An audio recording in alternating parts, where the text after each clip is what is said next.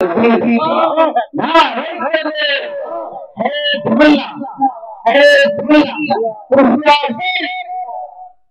লোক বলছে আর কিছু লোক বলেন, এখানে কি আহলে হাদিস ঢুকে গেল নাকি? বেরামের দল ঢুকেন নাকি? যাতে না ঢোকে তার জন্য মুজাদ্দিদি জামান দাদা হুজুর পীর কেবলার কিতাব আর বসিয়াত আল্লামা রুহুল আমিন সাহেবের কিতাব দিয়ে বেড়া দেন। বোঝা গেল?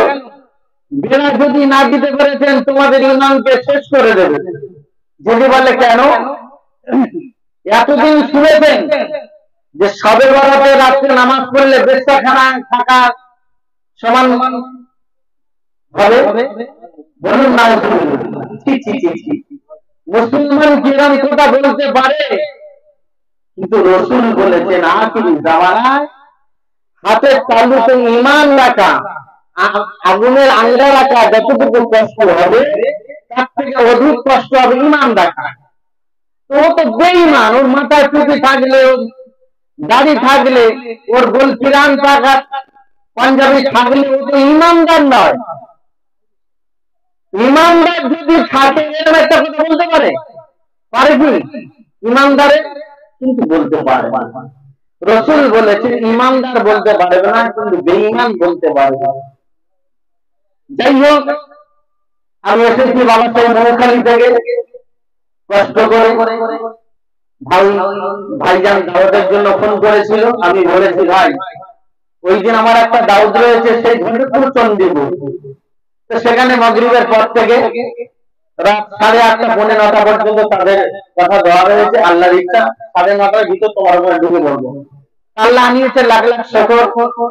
দু চার কথা বলবার নিয়ত করেছি, বাকি আল্লাহ পাকের মোবারক মর্জি। আমার মৌখালী লোক বলে কেন রাগ হচ্ছে নাকি? যে মৌখালী লোক সম্পূর্ণ গন্ডগোলের লোক, এই কিছু হলি মাত্র বগলে বন্ধু ছোটে গেছে, এসব মাল 20 মাল, কিন্তু সবাই না বাবা, কিছু লোক করে, আমরা তো দেখছি যেরাম করছে সেরাম করছে, আমরা করি না শুনি না। ভাবতে হবে দুনিয়াটা খুব কষ্টের জায়গা। রসুল বলেছেন আর দুনিয়া ও মাজরাতের আখিরা, এই দুনিয়াটা হলো আখিরাতের খেতিবাড়ি। এই জায়গাতে যদি তুমি ফসল ফলিয়ে নিয়ে যেতে পারো তাহলে কবর হাসর ময়দানে মহাশরে শান্তি পাবে। আর সেই ব্যক্তির জন্য আল্লাহ কবর থেকে কিয়ামত পর্যন্ত আল্লাহ তার কবরটা জান্নাতের বাগান বানিয়ে দেবেন। শুধু তাই না, রাসূল বলেছেন ঈমান নিয়ে কবরে গেলে মদিনা মুনাওয়ারা থেকে ওই ঈমানদারের কবরে একটা সুড়ঙ্গ পথ বানিয়ে দেবেন, যে পথের ভিতর দিয়ে আল্লাহ রাসূল আপনার কবরে হাজির হয়ে যাবে। জোরে বলুন না সুবহানাল্লাহ। যে নবীকে আমরা জিন্দা নবী বলে মনে করি, হায়াতুন নবী বলে, এই সবরেসানির সবগুলো ফেরেশতারা মদিনাতুল মুনাওয়ারায় নিয়ে যাবে আর বলবেন ইয়া রাসূলুল্লাহ আপনার অমুক গ্রামে অমুক উম্মাতানিরা তারা বাড়িতে ইসালের সওয়াব দিয়েছে, তারা দোয়ার মজলিস করেছে, সেই সওয়াবগুলো নিয়ে এসেছি ইয়া রাসূলুল্লাহ আপনার কদমের ওসিলা দিয়ে তারা দোয়া চেয়েছে, আপনি একটু আল্লাহর কাছে সুপারিশ করুন। আমার নবীর সুপারিশে এই গুনাহগার উম্মাতানির আদ-দুআ মুখুল ইবাদত, এই ইবাদতের মগজ সারাংশ যে দোয়া আল্লাহ শাহী দরবারে গ্যারান্টি হয়ে যাবে। জোরে বলুন সুবহানাল্লাহ। কিন্তু একদল বলছে তো দোয়া করাবে না, কার কথা নেবেন? এজন্য বলছি যে বর্তমান সময় খুব কঠিন সময়। দাদা হুজুর পীর কেবলা বা বসিয়াত আল্লামা রুহুল আমিন শাহ রাহমাতুল্লাহ আলাইহির কিতাবগুলো পড়ুন। তার একটা কিতাব আছে মাত্র 20 টাকা দাম, কিতাবটার নাম হলো কালমাতুল কুফর। এই কালমাতুল কুফরের বাংলা অক্ষর আছে, আপনি পড়ে নিতে পারবেন যে কোন কোটা ঈমানদার আর কোন কোটা ঈমান থাকে। বুঝা গেল না?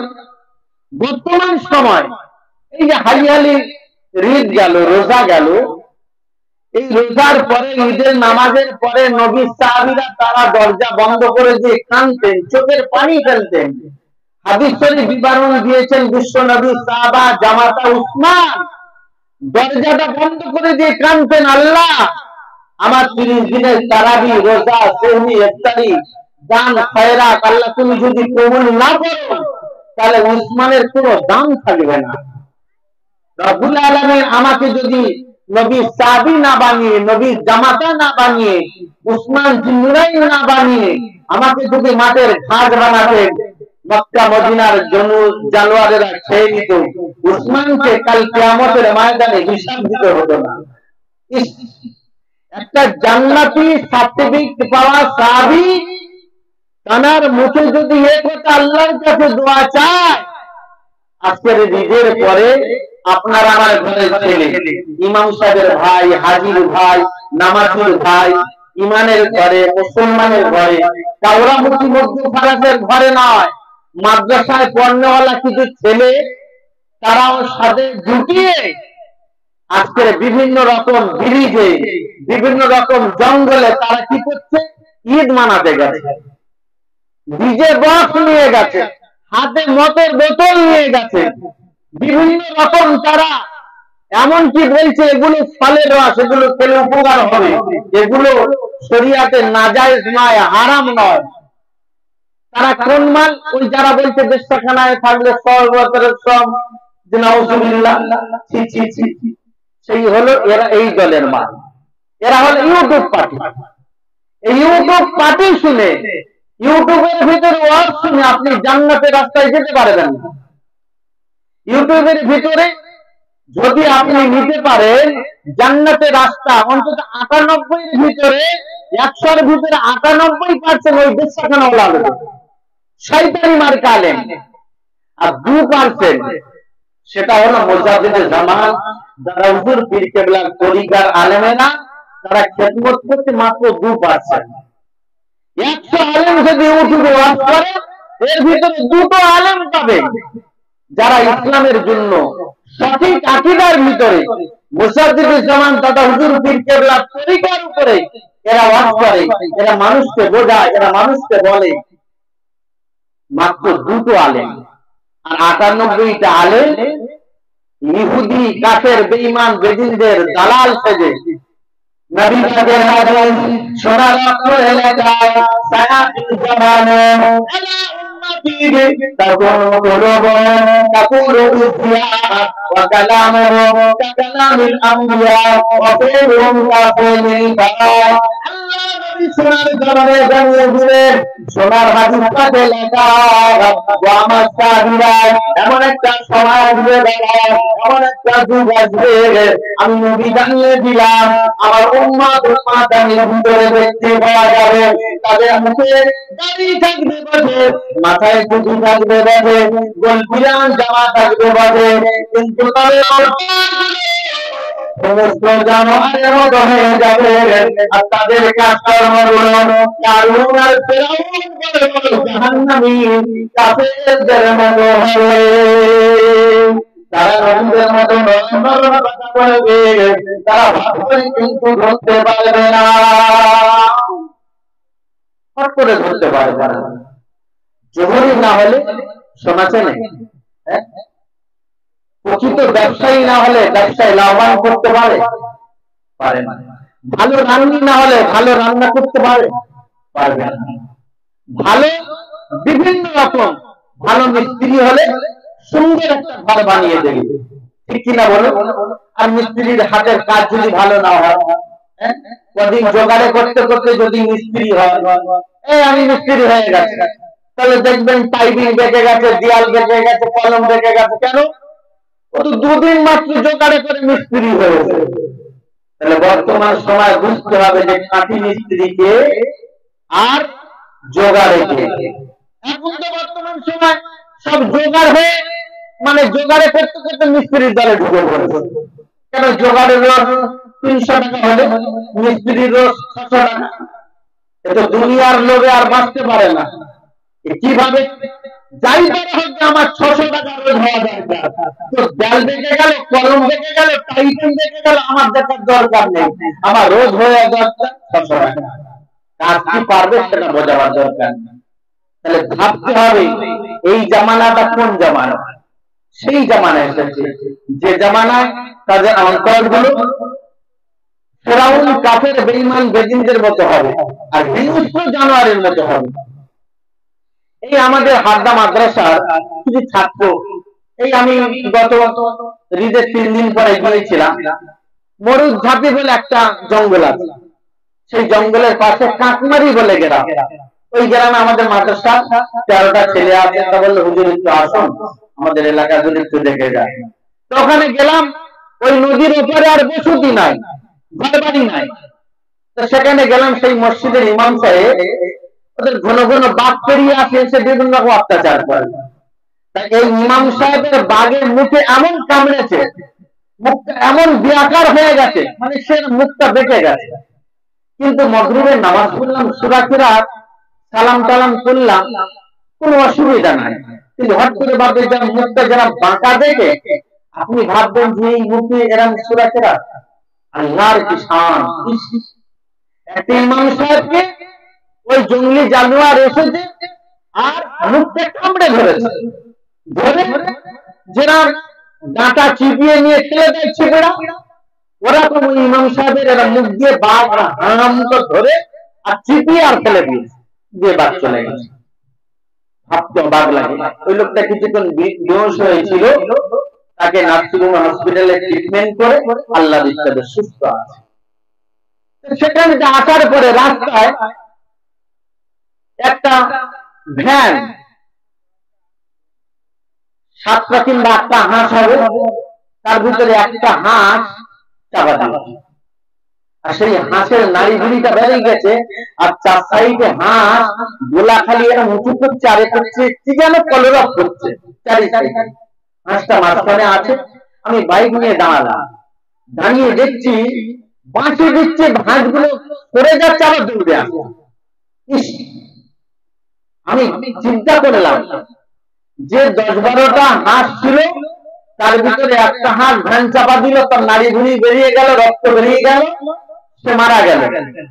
কিন্তু জানোয়ার, ভাবছি আমি এটাই, কোন যুগে আমরা এসেছি।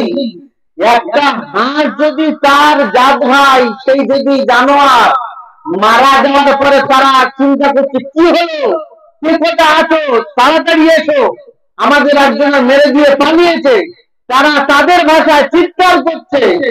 কিন্তু বর্তমান সময় মুসলমান মুসলমানকে মেরে রাস্তার পাশে ফেলে দিয়ে পালাচ্ছে, মুসলমান মুসলমানকে মেরে ঘরে যোগ দিয়ে দিচ্ছে, মুসলমান মুসলমানকে মেরে মাটিতে পুঁতে দিচ্ছে, কেউ কিন্তু কোনোদিন প্রতিবাদ করে না, বলে না। তাহলে কোন জামায় না আমরা এসেছি? তাহলে জানোয়ারের থেকে কি আমরা ভালো হয়েছি? একটু ভেবে দেখেন কোন সময় আমরা এসেছি। আজকে বলছে আমরা দোয়া কবুল হয় না, বলছে হাদিসে এসেছে দোয়া মুকুল ইবাদত, দোয়া করলে আল্লাহ কবুল করবেন। কিন্তু আমাদের দোয়াটা কবুল হচ্ছে না কেন? আমাদের ঘাটতি রয়েছে। দোয়া কবুল কাদের হয়েছে?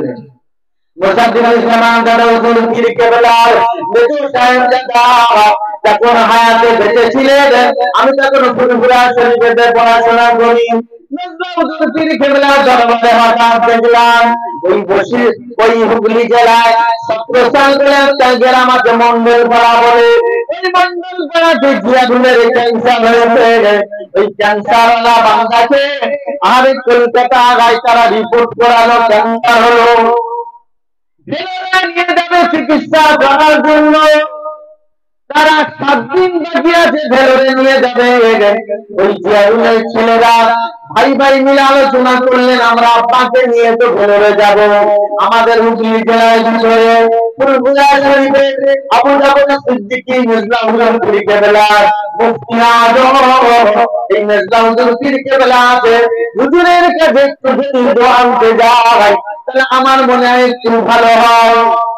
ভাই ভাই আলোচনা করে ওই 17 সাল থেকে ফুরফুরার জমিনে চলে আসলেন। মুসলমানের জামাত হুজুর পীর কেবলার দরবারে চলে আসলেন। মেজলাউল পীর কেবলার দরবারে এসে সালাম দিলেন। মেজলাউল পীর কেবলাকে এসে সালাম দিলেন, মুসাফা করলেন। করার পরে বললেন, হুজুর আমার আব্বার ক্যান্সার হয়েছে, কলকাতায় রিপোর্ট করেছি, ধরা পড়েছে, ভেলোরে নিয়ে যাব অপারেশন করতে। আপনার কাছে এসেছি, আপনি একটু দোয়া করে দেন। মেজলাউল পীর কেবলা বললেন, বাবা দোয়া তো করবো, এক কাজ করো, একটা বোতল নিয়ে এসো, ছোট একটা বোতল পানি নিয়ে এসো, আমি একটু পানি করে দিই।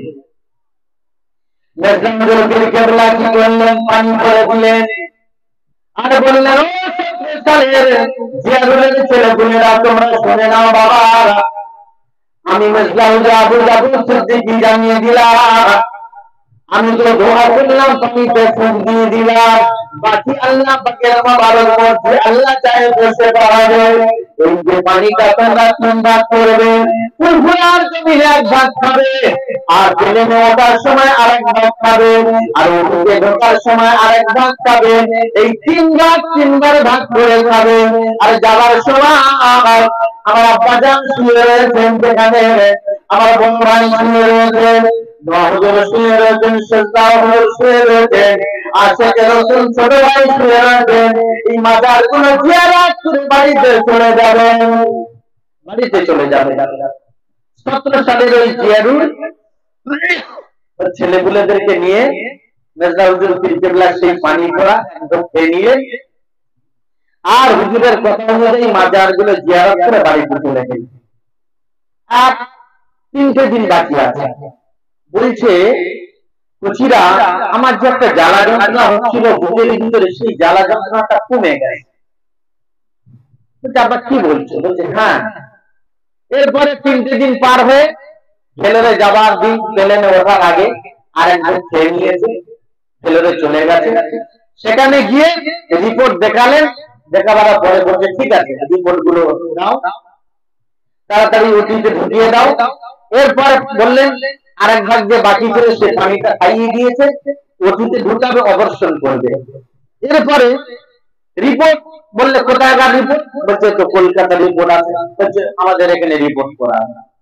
আচ্ছা, এখন যে অনেক জায়গায় ডাক্তার দেখানো যাওয়া হয়, এই এখানকার রিপোর্ট যে ডাক্তার লিখতে বলে, অন্য ডাক্তার সেটা গ্রহণযোগ্য করে না, সে আবার লিখে দেয়, বলছে এই রিপোর্টটা করে নিয়েছে।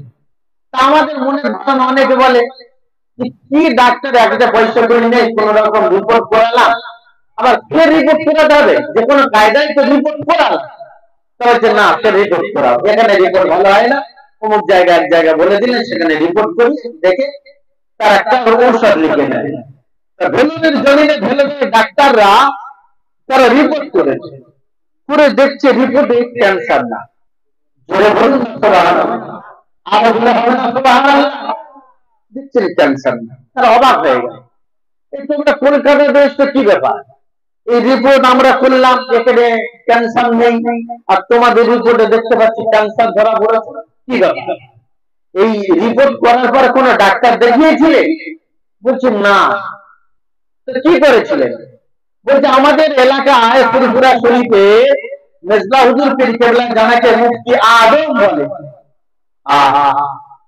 সেই মুফতি আজম আবু জাফর সিদ্দিকী আল কুরাইশির কাছে গিয়েছিলাম, তিনি একটু ঝাড়ফুঁক করে দিয়েছেন, একটু পানি করে দিয়েছেন, আর একটু দোয়া হয়েছে। বলছি সেই পানিটা কি আছে? বলছি পানি নেই, বোতলের ভিতরে 10-12 ফোঁটা হতে পারে। সেই ফ্লোরে ডাক্তার গুলো বলেন যে সেই বোতলটা নিয়ে এসো, ওই বোতলের ভিতরে 7-8-10 ফোঁটা পানি ছিল, ওই ফ্লোরে ফেলে পরীক্ষা করা হলো। আমার আব্বুল আলামিন আল্লাহ পাক ওই যে 8-10 বস্তা পানির ভিতরে আল্লাহ পাক মির্জা হুজুর পীর কেবলার দোয়া রসিলায়, মির্জা হুজুর পীর কেবলার জবানের ফুকে রসিলায় আল্লাহ পাক ক্যান্সারের এই 17 সালের জিয়ারুলের রোগের জন্য আল্লাহ পাঠিয়ে দিয়েছিলেন। জয় সুবহানাল্লাহ, আর জয় সুবহানাল্লাহ। কিন্তু এখন সেদিন এক জায়গায় বলছে, বলছে জানেন ইমাম সাহেব কি বলছে, শুরু করাই দিয়েছিল মেরাজ, শুরু করে দিয়েছিল মেরাজ, কার এত বড় সাহস? হ্যাঁ, শুরু করে দিয়েছিল, মারবে না, হতে পারে না। শুরু করে কোথায় গেছিল? তাহলে গেছিল সেই নওশাদ সিদ্দিকীর কাছে একটু দেখা করতে, আর একটা মোরগ, 5 কিলো চাল, কিছু আলু, 1000 টাকা হুজুর কাছে দিয়ে আসতে গেছে। গেছে ঠিক আছে, তোর বলতে গল্প করতে কে বলেছে? আমি বলি যে হুজুরের মোরগ দিয়েছি, 1000 টাকা দিয়েছি, চাল আলু দিয়েছি, কোন গ্রামের ভিখারির বাচ্চা সে ভিক করে বেড়াচ্ছে, আর তুই মরগ্নে হুজুরে দিয়ে আসছে, সে দিয়ে অসুবিধে নেই। তোর গল্প করতে কে বলে? হুজুরে দিয়েছি তোর গল্প করতে কে বলে? আরে হুজুরা তো আমরা যাই, তা আমরা তো কেউ তো মারে না, আরো তো হুজুর আছে। কোন জিনিসে গল্প করেছে যে অমর হুজুর বাড়ি গিয়ে অমর হুজুর সমস্যা করেছে, অমর হুজুরের এই দোয়া এনেছি, বা কালিমুল্লাহ হুজুর হায়াতে ছিলেন সে হুজুরের কাছে গেছে, কিংবা সাইফুদ্দিন হুজুর, আমি যেসব হুজুরকে দেখেছি, নুরুদ্দিন হুজুর, মেজলা হুজুর পীর কেবলার কাছে, কেউ এসে গল্প করেছে যে আজকে মেজলা হুজুর পীর কেবলার কাছে গিয়েছিলাম, হুজুর এই কথা বলেছে? সে বলবে ও তো মার খাওয়ার জন্য পেট শিরশির করছে, কেন বলেন? ও তো মার খাওয়ার রাস্তা ক্লিয়ার করে দিয়েছে। তাহলে ভাবতে হবে আমাদের কথার জন্য কাওড়া মুসলিম মধ্যখানে মুসলমানেরা জীবনে আর পীরদের উপরে একটা চম্মক লাগবে, ঠিক কিনা বলে? তাহলে ভাবতে হবে আমরা ইসলামটা ঠিক মতো মানতে পারিনি বলে এই জন্য আমাদের জাত ভাই আমাদের ধরে মানে। আল্লাহ তো বলেই দিয়েছে তোরা ইসলাম যদি না মেনে নিবি, কাওড়া মুচি মধ্য ফারাজ দিয়ে আমি ইসলামকে কায়েম করাবো। এই নেটে দেখেন না অনেক জায়গায় মসজিদের মাতাওয়ালি খ্রিস্টান, অনেক জায়গায় মসজিদের মাতাওয়ালি কি পাক্কা কাফের, দেখছেন না? অনেক জায়গায় মসজিদের মাতাওয়ালি হিন্দু, সারা মাস ইফতারি করাচ্ছে 7 টাকায় ফ্রিতে। হিন্দুর চাপ বেশি, সে মসজিদের মাতাওয়ালি মসজিদের সেক্রেটারি তার টাকা পয়সা দিয়ে মসজিদ বানিয়ে দিয়েছে। ফতোয়াবাজি মাসলা মাসাইল যেসব জায়গায়, আরে কথার ভিত্তিতে কি ফতোয়া হবে? তাহলে আপনার যেটা জানা আছে সেই মশলার উপরে থাকুন, তাহলে মশলা ক্ষেত্র বুঝে মশলা হবে নাকি জায়গা বুঝে মশলা হবে? এই মাওলানা শাহরুল বলছিলেন যে গোস্তর যে মশলাগুলো, কুরবানির যে মশলাগুলো, তাহলে ক্ষেত্র বুঝে মশলা কায়েম করতে হবে, না জীবন খাবে, ঠিক কিনা বলে? তাহলে ইসলামের আইনগুলো আমরা মানতে পারিনি বলে আজ আমরা ইসলামকে দুর্বল। আল্লাহ রাসূল নবী হাবিবুল্লাহ মদিনার মসজিদে নববীতে বসা হযরত আবু বকর ওমর দুই সাহাবী রাসূলুল্লাহ দুই শ্বশুর আলোচনা করলেন, মশারা করে নিয়ে গেলেন রাসূলুল্লাহ দরবারে যাবেন। ওমর বললেন ভাই আমি আগে যাই, আবু বকর বললেন না ভাই আমি আগে যাই, আমি বললাম তোমার থেকে বড়। রাসূলুল্লাহ শ্বশুর আমি আবু বকর, রাসূলুল্লাহর কাছ থেকে আগে রাইটা নিয়ে আসেন, তারপরে তুমি পরে গিয়ে রাই নিয়ে আসবেন। আল্লাহ রাসূল মদিনার মসজিদে নববীতে বসা, আবু বকর হাজির হয়ে গেলেন, সালাম দিলেন, মুসাফা করলেন, মাথাটা হ্যাঁ করে বলতে লাগলেন ইয়া রাসূলুল্লাহ হাবিবাল্লাহ, আমি আবু বকর আপনার শ্বশুর, আমার একটা আরজি আপনার কাছে, আমি একটা গোলাম খরিদ করতে চাই, টাকা হবে আবু বকরের আর কাজ করবে ওমরের বাড়িতে। ইয়া রাসূলুল্লাহ হাবিবাল্লাহ, আমি ওমর, আমি আবু বকর, আমার বাড়িতে জীবনে কাজ করাবো না। আবু বকর আপনি করে রাসূলুল্লাহ দরবারে যখন বললেন, আল্লাহ রাসূল বললেন বাবা আবু বকর আপনি হলেন আমার শ্বশুর, আপনি হলেন আমার নরম সাবি, আপনি হলেন নরম আমার শ্বশুর, আর আমার শ্বশুর বড় ওমর একটু গরম, ও আমার সাবি আবু বকর, ও আমার শ্বশুর আবু বকর, আপনারা দুজনা কোনদিন দ্বন্দ্বে বেঁধে যাবে, আর আপনার দুজনা নিয়ে কোনদিন আবার বসতে হবে, একটু বিচারে বসতে হবে।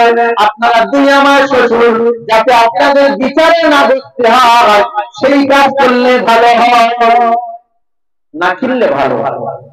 আবু বকর বলছে ইয়া রাসূলুল্লাহ আমি তো টাকা দেবো কিন্তু আমার বাড়িতে তো খাটাবো না, কাজ করাবো না, একদিনের তরে তো তার তো কোনো অসুবিধা নেই, তো যাও। আবু বকর চলে গেলেন, ওমর হাজির হয়ে গেলেন, সালাম দিলেন, মুসাফা করলেন, রাসূলকে দিয়ে বললেন ইয়া রাসূলুল্লাহ আমরা একটা গোলাম খরিদ করতে চাই, আপনার দুই শ্বশুর দুই সাহাবী একটা নেকির রাস্তা বানাতে চাই, টাকা দিয়ে একটা গোলাম খরিদ করতে চাই। ইয়া রাসূলুল্লাহ টাকা হবে ওমরের, কাজ করবে আবু বকরের বাড়ি, আমার বাড়ি কোনোদিন কাজ করবো না, করাবো না, তাহলে তো কোনো অসুবিধা নেই। তবু রাসূল বললেন যে আমার সাহাবী আমার শ্বশুর ওমর আবু বকর হলো নরম মানুষ আর আপনি হলেন গরম দিলের মানুষ।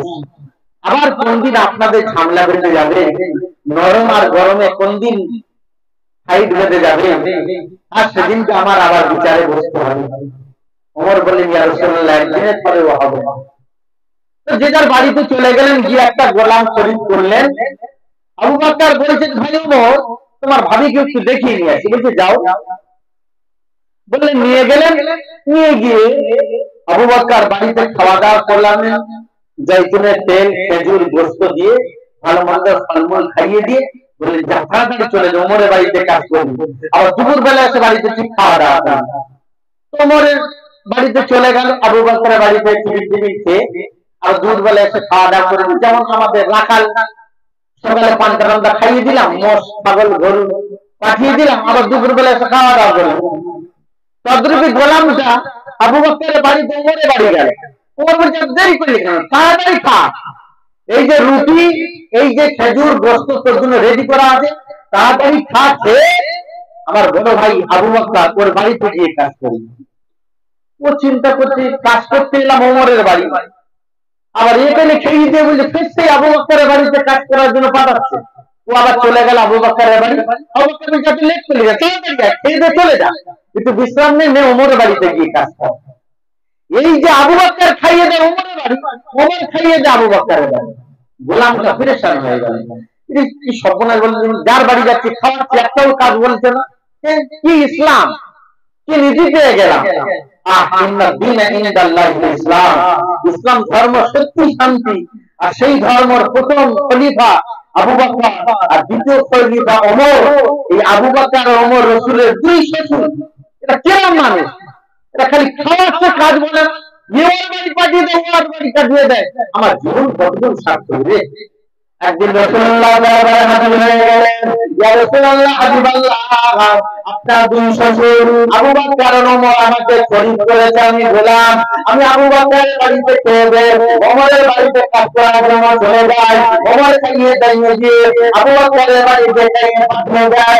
ইয়া রাসূলুল্লাহ, হাবিবাল্লাহ, আমার জীবনে এক বিন্দু পরিমাণ কাজ করার সময় পাই না। আল্লাহ রাসূল বললেন, ও গোলাম, ঠিক আছে, ঘরে চলো।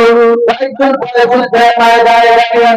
যুদ্ধের ময়দানে যাওয়ার সঙ্গে তোরা দুই গোলামের বেটিং পত্র নিয়ে একটু হাত কাটানি করে দিবি। তাই কয়েকদিন পরে যুদ্ধের ঘন্টা বেজে যাবে, যুদ্ধের ময়দানে যাবি, আর আবু বকর ওমরের বেটিং পত্র নিয়ে যুদ্ধের ময়দানে যাবে, একটু হাত আদায় হয়ে যাবে। এখন যুদ্ধের ঘন্টা বেজে গেছে, ও দৌড়ে এসেছে হযরত আবু বকরের বাড়ি, এসে বলছে, হুজুর, আপনার বেটিং পত্রটা আমার দেন, আমি গোলাম। এখন বলছে, তোর কিছু মালপত্র থেকে দেয়, তুই গোলাম, তুই আমার দে। এখন সে আবু বকর ওর বেটিং পত্র নিয়েছে, অথচ সেই গোলামের লুঙ্গি জামা, অথচ সেই যুদ্ধের ময়দানে যা যা প্রয়োজন আবু বকর তার গাঁটির ভিতরে নিয়ে মুঠলি বেঁধে মাথায় করে নিয়ে চলেছে। অবাক কাণ্ড তো, কি করে কি হয়। ও ছুটে আমার ওমরের বাড়ি গেল, বলে, ইয়া রাসূলুল্লাহ, সাহাবী, আল্লাহ রাসূলের সাহাবী ওমর, আপনি আমার মনিব, আমি আপনার গোলাম, একটু হক আদায় করার জন্য আপনার নাকি আমার মাথায় দেন। তো তোর কিছু থাকে তো আমার কাছে দে। আমার কিছু নাই, যা আছে অল্প কিছু আমার দে। সে ওমর কিছু নিলেন। তাহলে আবু বকর আর ওমর দুজনা ভাগ করে নিলেন, যুদ্ধের ময়দানে যাচ্ছে। রাসূলুল্লাহর কাছে বলি, ইয়া রাসূলুল্লাহ, হাবিবাল্লাহ, সুযোগ পাইনি। আল্লাহ রাসূল বললেন, ও গোলাম, আমি তোকে জানিয়ে দিলাম, যুদ্ধের ময়দানে ঈশা নামাজের পরে আমার দুই শ্বশুর, দুই সাহাবী তাই হিসাবে বসবে, বোটিংয়ের হিসাব করবে, কত টাকা বাজার করেছে, কত টাকা বোটিংয়ে খাওয়া দাওয়া হয়েছে। ওই সুযোগে আমার দুই শ্বশুর, দুই সাহাবী একটু পাকাটা হেঁকিয়ে হক আদায় করে দিবি, যা। নামাজের পরে আবু বকর আর ওমরের আপনি করে হিসাবে বসেছেন, কত টাকা বাজার করা হলো, কত টাকা আহারে বোর্ডিংয়ে খাওয়া দাওয়া হলো। দুইজনা এসব নামাজের পরে আপনি করে হিসাবে বসেছেন, বসে আহারে হিসাব করতে লেগেছেন। আর ওই গোলাম যারা ওমর আর আবু বকরের বাড়িতে খেয়ে খেয়ে এত মোটা হয়ে গেছে, ভেট্ট হয়ে গেছে। মোটা হয়ে গেছে। যেমন আমাদের গোদা বাংলা অনেকে বলে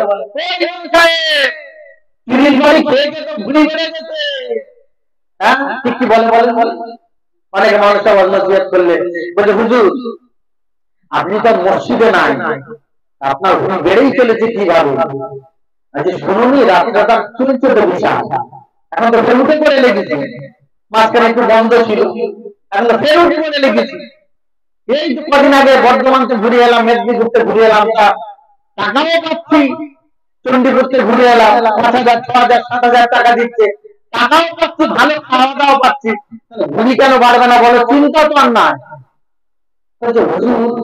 কি বিষয় বলেন? হ্যাঁ এটাই বিষয়। তদ্রুপি ওমর আর আবু বকরের বাড়িতে গোলামটা খেয়ে তার ভুঁড়িটা বেড়ে গেছে, মোটা হয়ে গেছে, এখন পাকা হেঁকুতে হেঁকুতে ঘুমিয়ে পড়েছে। ঘুমিয়ে পড়ার পরে আবু বকর আর ওমর উযু করে নিলেন, নিয়ে তাহাজ্জুদের নামাজটা পড়ে রাসূলুল্লাহ দুই শ্বশুর দুই সাহাবী খুশখবরি আলাপ আলোচনা করছেন। যুদ্ধের ময়দানে কেউ কোনোদিন শত্রু আসছে কিনা, আমরা হিসাব নিকাশ করলাম, একটু লক্ষ্য করো, একটু পাইচারি করো, একটু ডাঙে ডাঙে লক্ষ্য রাখো, কোনদিকে শত্রুরা এসে অত্যাচার করে কিনা। এই আলোচনা মাশওয়ারা করতে করতে এখন ওমর গরম মেজাজের মানুষ বলে ফেলেছে যে ভাই আবু বকর, আমাদের গোলামটা বড় পেটু, মোটা, মহিষা, এই পেটু এ খায় আর ঘুমোয়, কেন এই সময় উঠে একটু উযু করে তাহাজ্জুদের নামাজটা পড়ে আল্লাহর একটু শুকর গুজার করতে পারলো না? এর তো কোনো কাজই নেই। ওমর বলেছেন আর আবু বকর কেতাবের মধ্যে এসে যে একটু মাথা নেড়ে, সত্যি তো তাই।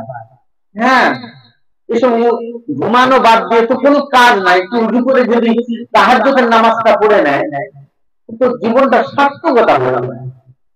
আল্লাহ রাসূল আবু বকর আপনি করে সেহরি হয়ে গেল, যুদ্ধের ময়দানে সেহরি করবেন, আল্লাহ নবী জানিয়েছেন সেহরির ভিতরে আল্লাহ অজস্র কল্যাণ করে গেছে। ও মারিয়া লাগা নওজোয়ান যুবকেরা, সোনার মানিকেরা শুনে না, ও বাংলায় পাওয়াখালীর মার কালা শুনে দাঁড়াবে, আল্লাহ নবী জানিয়েছেন সেহরির ভিতরে অজস্র কল্যাণ করে গেছে। রাসূলুল্লাহ সাল্লাল্লাহু আলাইহি ওয়াসাল্লাম সেহরি করবেন, আপনি করে সেহরি করা শুরু হবে। আল্লাহ রাসূল বললেন বাবারা তোমরা লাইন দিয়ে বসে যাও, আর রাসূল বললেন ও আবু বকর ওমরের গোলাম তোমার একটা সুযোগ এসেছে বাবা, সবাইকে সেহরি করো, ভোটিং এর গোশত দাও, রুটি দাও, খেজুর দাও, দইয়ের তেল দাও, সবাইকে দেবে রাখে, কিন্তু আবু বকর ওমরকে রুটি দেবে, ডাল দেবে, তেল দেবে, খেজুর দেবে, কিন্তু গোশত দেবে না, গোশত দেবে না। সবাইকে দিচ্ছে রুটি, খেজুর, জাইতুনের তেল, গোলাম সবাইকে পরিবেশন করাচ্ছেন, তিনি কন্ট্রোল করে দিচ্ছেন, খাজানদারি করছেন। এখন আবু বকরকে যেই না দিয়েছেন, আবু বকর তো গরম মেজাজে যে গোলাম কি বাবা তোর বাপের গোশত নাকি তুই আমার দিলিনি, আবু বকরের দিলিনি, অন্য সাহাবীদের দিচ্ছিস, কারণ তোর বাপের গোলাম গোশত, এটা আমার হক, এটা আমি পাওনাদার, আমারও দিলিনি, আবু বকরের দিলিনি, বড় ভালো দিলিনি, রাসূলের দুই শ্বশুর দুই সাহাবীর সঙ্গে তোর কি কোনো গন্ডগোল আছে নাকি? আমাদের টাকার গোলাম তুই, কি ব্যাপার? ওমর যেই বলেছেন বড় তোর বাপের গোশত, আর আবু বকর বলেছেন তাই আল্লাহ পাক তাআলা ওই সময় পাক কালামুল্লাহ শরীফের আয়াতটা নাযিল করে দিলেন, আল্লাহ জানিয়ে দিলেন ও আমার সাহাবী আবু বকর ওমরের গোলাম, আবু বকর ওমরকে যখন গোশত দেবে না, যখন তোমাকে বলবে কারণ কি গোশত দিলে না, ও আবু বকর ওমরের গোলাম আমি তোমাকে জানিয়ে দিলাম রাসূল দিতে নিষেধ করেছে তাই আমি দেই না, রাসূল দিতে নিষেধ করেছে তাই আমি দেই না। আবু বকর গলা উঁচু করে বলেছিলেন, ওমর বলেছিলেন তোর বাপের গোশত, কিন্তু ওমর ওই সময় বলার সাথে সাথে আবু বকর সাপোর্ট করেছিলেন, বলছেন হ্যাঁ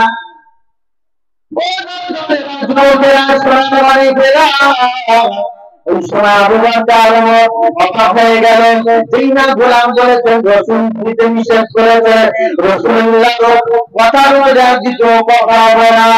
ওমর শক্তিশালী হতে পারে, ওমর বিজাতি হতে পারে, রাসূলুল্লাহ দরবারে একটা ঈমানওয়ালা মুসলমান ইহুদি আপনি করে একটা বিচার নিয়ে গেলেন, ওই বিচারটা রাসূলুল্লাহ দরবারে গেল, রাসূলুল্লাহ বিচার করে দিলেন, আর বিচার করে দেওয়ার পরে ওমরের কাছে চলে গেল।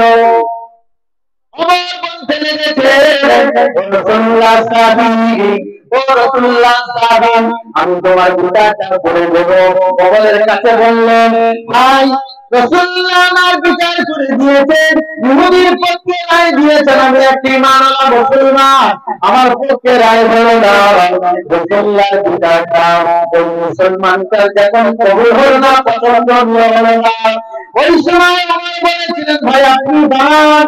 ওমর ঘরের ভিতরে গেলেন, বললেন, ভাই আমি তো আপনাদের বিচারটা করে দেবো, রাসূলুল্লাহর বিচার তোমার পছন্দ হয় না, বলছেন না ভাই রাসূলুল্লাহ তো ইহুদির পক্ষে বিচারটা রায় দিয়েছে। ওই সময় ওমর লাঙ্গা তরবারিটা নিয়ে ওই ঈমানওয়ালার গলায় চালিয়ে দিয়েছিলেন, যা চলে যা, যে রাসূলুল্লাহর বিচার মানে না, তার দুনিয়ায় কোনো দাম নাই, সম্মান নাই, সে রাসূলুল্লাহর সাহাবী বলে দাবি করতে পারে না। আল্লাহ পাকের নবী সাহাবা ওমরের জন্য মক্কা মদিনার জমিনে ছড়িয়ে গেলেন, ইয়া রাসূলুল্লাহ হাবিবাল্লাহ, আপনার সাহাবা ওমর আমাদের মক্কা মদিনার সে প্রতিশোধ নেওয়ার জন্য একটা মার্ডার করে দিয়েছে। ইয়া রাসূলুল্লাহ, আল্লাহ পাক কোরআনে জানিয়েছেন, যারা কতল করে এরা তো জাহান্নামে চলে যায়, কতল করার বিরুদ্ধে কতল করার রায় তো আল্লাহ দিয়েছেন।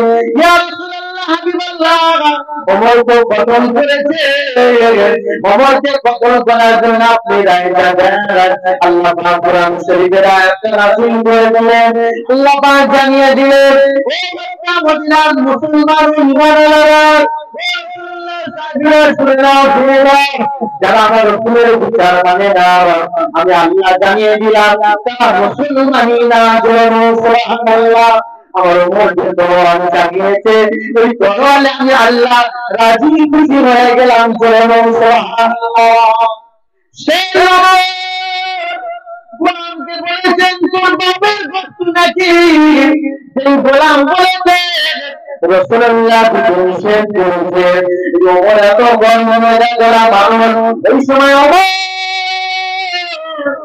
আগুনে পানি পড়লে যেমন গতরে ঠান্ডা হয়ে যায়, ওমর গরম হয়ে গিয়েছিল, ওমর গুসা হয়ে গিয়েছিল, ওমর এত রেগে গিয়েছিল,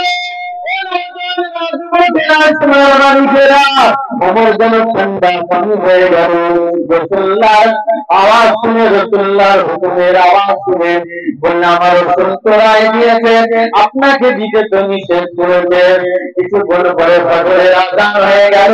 হযরত বেলাল রাদিয়াল্লাহু আযান দিয়ে দিলেন, আসসালাতু আলাইহি, সাহাবারা জানিয়ে দিলেন, বেলাল জানিয়ে দিলেন, নামাজ এমন একটা ইবাদত, ঘুমের থেকে শ্রেষ্ঠ হলো নামাজ। আর সেহরির পরে নামাজ আদায় করে রাসূলুল্লাহ সাহাবীদের দিকে রাসূলুল্লাহ বসলেন। আবু বকর ওমর মনে যাদের সুস্বাদে বলতে লাগলেন, ইয়া রাসূলুল্লাহ হাবিবাল্লাহ, তুমি মাফ করুন, একটা দাবি, আমাদের গোলাম যেটা একটা কাণ্ড ঘটিয়েছে, আমাদের এই যে সেহরির সময় আমাদের গোশত দিলেন না। ইয়া রাসূলুল্লাহ হাবিবাল্লাহ, আমরা আপনার দুই শ্বশুর, দুই সাহাবী ওমর আর আবু বকর, আমরা দুইজনা মিলে আপনার কাছে দাবি, ইয়া রাসূলুল্লাহ কি উদ্দেশ্য আপনার সমস্ত সাহাবীরা যুদ্ধের ময়দানে তারা গোশত দিল, কিন্তু আমরা দুই সাহাবী, দুই শ্বশুর কেন গোশত পেলাম না? আল্লাহ রাসূল বলেন, সাহাবীরা এখন তো ওয়াক্ত শুরু হয়ে গেছে, আযান হয়ে গেছে, রোজা শুরু হয়ে গেছে। তাহলে আল্লাহ রাসূল প্র্যাকটিক্যালে দেখিয়ে দিলেন, ও বাবা গলের ভিতরে আঙুলটা ভরে দাও, ও বাবা গলার ভিতরে আঙুলটা ভরে দাও। ভগবান ভগবান করে বমি করলে আল্লাহ পাক জানিয়ে দিলেন, আমার উম্মতেরা পৃথিবীর জমিনে তোমরা জীবন করো না, আল্লাহ যারা জীবন করে পরিচিতা করে তারা হলো জিনা করার থেকে আরো জঘন্যতম একটা অপরাধ করলো, জঘন্য অপরাধ করলো। আল্লাহ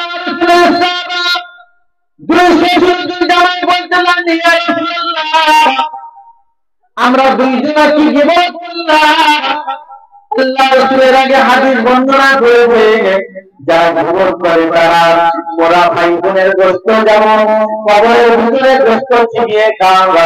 আল্লাহ রাসূল বললেন, ও সাহাবীরা তোমরা জীবন করেছো তাই তোমরা মরা ভাইয়ের গোশত খেয়ে দিয়েছো। আহারে বরবার করে ভূমি করে দিলেন, আপনি করে প্র্যাকটিক্যালি আল্লাহ রাসূল দেখিয়ে দিলেন। আল্লাহ রাসূল বললেন, ইয়া রাসূলুল্লাহ হাবিবাল্লাহ, দুই সাহাবী বলতে লাগলে আমরা কি জীবন করেছি ইয়া রাসূলুল্লাহ। আল্লাহ রাসূল বললেন, ও আমার সাহাবী, ও আমার শ্বশুর আবু বকর, তোমাদের গোলামটা পাকা হেঁটে হেঁটে ঘুমিয়ে গেছে। আল্লাহ পাক জানিয়ে দিয়েছে, বলেন এই যে তোমরা ওমর বলেছেন মোটা পেট্টু, আর আবু বকর সাই দিয়েছেন, এই যে মোটা পেট্টুটা বলাটা তোমাদের গোলামের জন্য আল্লাহর কাছে জীবনের পরিণত হয়ে গেছে। রোজা রাখা অবস্থায় যদি বমি করা হয় রোজাটা তো ভেঙে যায়। ও সাহাবীরা যাও যাও যাও, উযু করে নাও, রোজার নামাজটা আদায় করে নাও, তওবা করে নাও, আর 30টা রোজা পার হয়ে যাওয়ার পরে এই রমজানুল মুবারক মাসে একটা রোজা কোন কারণবশত ইচ্ছা করতে পারে ভেঙে ফেলে, রমজানুল মুবারক মাসের পরে একটা রোজার বিনিময়ে 7টা রোজা করে দিতে হবে। রমজান মাসে তো আল্লাহর হুকুমে 7টা রোজা করা যাবে না, আমাদের পরে সবার মাসে তোমরা সাক্ষীর জন্য 6টা রোজা করে দেবে। তারপরে তোমরা এই যে একটা রোজার বিনিময় 7টা রোজা তোমরা এমনি করে সারা বছর করে হলেও একটা রোজার বিনিময় 7টা রোজা তোমরা আদায় করে দেবে। 7টা রোজা আদায় করে দেবে। কিন্তু এই মশলাটা ইমাম সাহেবরা বললেন, এখন কি বলছেন বলেন? বলছে আল্লাহর হুকুম রমজান মাসে রোজা রাখি, ওইসব রমজান মাসে ওইসব বাদ দাও। আমি রোজা রাখি বলছে ওই তো, বলছে প্রথমে একটা বলে ভালো, তারপর 10 দিনের মাথায় 11 দিনে একটা দুটো হলো, তারপর 29-30 দিনে একটা 3টে হলো, তারপর আল্লাহ ফেরেশতারা একটা শূন্য শূন্য বসাবে না, ওই তো 30টা হবে। আচ্ছা এত বুদ্ধি নিয়ে ঘুমাই কি তো, ভাবতে দেওয়া বলছে প্রথমে একটা, আর 10 দিন পরে 11 দিনে একটা, আর 29-30 দিনে একটা করবো, আর আল্লাহ ফেরেশতারা একটা শূন্য বসাবে না, শূন্য বসালেই তো হয়ে যাবে। এটা আমাদের নবী, বিশ্ব নবী হাদিস যা বর্ণনা করবে, বলে তো মুসা নবীর উম্মত নয় যে 7টা রোজা রাখতে হবে, আখির জামানার নবীর উম্মত আমরা 30টা রোজা রাখতে হবে। 3টে লাগলে একটা শূন্য বসিয়ে দেবে, 7টা হয়ে যাবে। ফেরেশতারা যদি না বসায়, বলছে মাওলানা সাহেবরা ওয়াজ করেছে কবরে রুমাত ফেরেশতা আসবে, একটা কাপড়ে তার জীবনের গুনাহ খাতা লিখবে, আর একটা কাপড়ে তারা নেকি লিখবে। ওই সময় আমার কবরে ফেরেশতা থাকবে তো আমি লিখবো তো, সে ঠিক কথা। হুজুররা তো বলেছে কেউ কারো কবরে যাবে না, সে নিজে হাতে এই শাহাদাত আঙুলটা সে কলম বানাবে, আর তার জবানের থুতুগুলো দিয়ে কালি বানাবে, আর তার কাপড়ে দুটো কাপড় দেবে। ও তুমি জানো না, ওই কাপড়ে সে নিজে লিখবে যে হলে গেছে, নিজের দিন মদ পেয়েছে, ওই ক্যানিং নতুন ব্রিজে গেছে, বা সেই ডকঘাটের ওই ব্রিজে গেছে, হ্যাঁ রাস্তাঘাটে কোথায় বাইক নিয়ে অবাক লাগে। ঈদের দিন ট্রেনে ঝুলে ঝুলে আসছে, পোস্টার ধাপ্পা খেয়ে পড়ে পড়ে। ঈদের দিন বাইক 180 তুলে দিয়েছে বাইক। কি সব গত 4 দিন হচ্ছে ওরা চণ্ডীপুরে ওখানে জলসা দিচ্ছিলেন 212 বার। বলছি একটা ছেলে এখন যে নতুন বাইক উঠেছে, বলছে 70,000 টাকা দিয়ে সেই মানে কিস্তিতে বের করেছে 3 দিনের মাথায়। বলছে তার এখন এই মেরুদণ্ডের হাতটা ভেঙে গেছে, সোজা হয়ে বসতে পারে না, আল্লাহ বাঁচিয়ে রেখেছে। আর গ্যারেজে বাইকটা নিয়ে গেছে, বলছে 80,000 টাকা খরচা হলো বাইকটা যাওয়া বসতে। আর ডাক্তার বলছে এখন 6 মাস সোজা হয়ে বসতে পারবে না। কারা এরা? মুসলমান ঘরের ছেলেরা নাকি? আমার গ্রামে আমি ঈদের নামাজের পর আমি বলে দিয়েছি, শেষ দোয়ার পরে বলছিলাম বলি এই দেখো 40-এর উপরে পিকআপ করো না, আজকে তোমাদের হাত জোর করে আমি তোমাদের ইমাম সাহেব বলছি, শুনলে না। ভাবতে তো অবাক লাগে। তাহলে মশলা জ্ঞান আল্লাহ প্রচুর দিয়েছে। এই মশলা জ্ঞান অনুযায়ী যদি আপনি আমল না করেন, আল্লাহর কোরআন বলেছেন ওয়ামান ইয়াবতাগি গায়রাল ইসলাম দীনান ফালা ইউকবালা মিনহু ওয়া হুয়া ফিল আখিরাতি মিনাল খাসিরিন।